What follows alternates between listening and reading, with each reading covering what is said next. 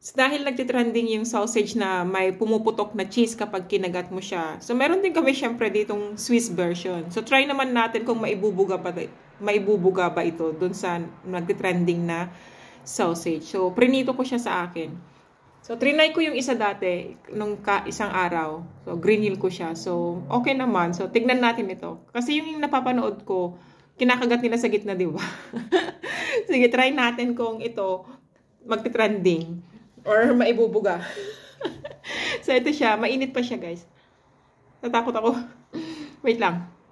Baka maging messy masyado. Try natin. Oh, hindi. Hindi sumalsik. Pero cheesy siya. Ayan, guys.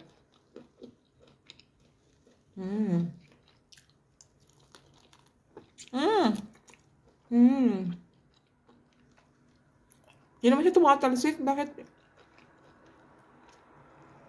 Bakit yung napapanood natin sobrang cheesy? Yung isa naman.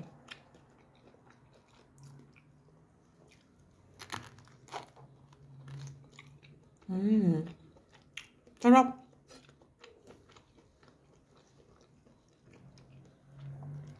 May cheese siya sa loob, pero hindi siya ganun tumatalsik na ano.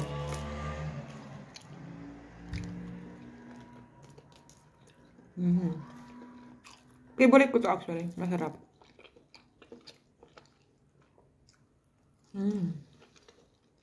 May cheese naman siya. Kaya lang hindi kagaya nung ano, yung trending.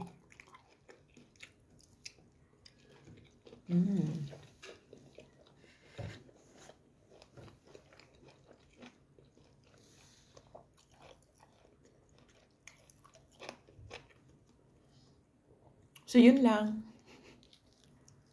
Share ko lang. Meron naman siyang cheese.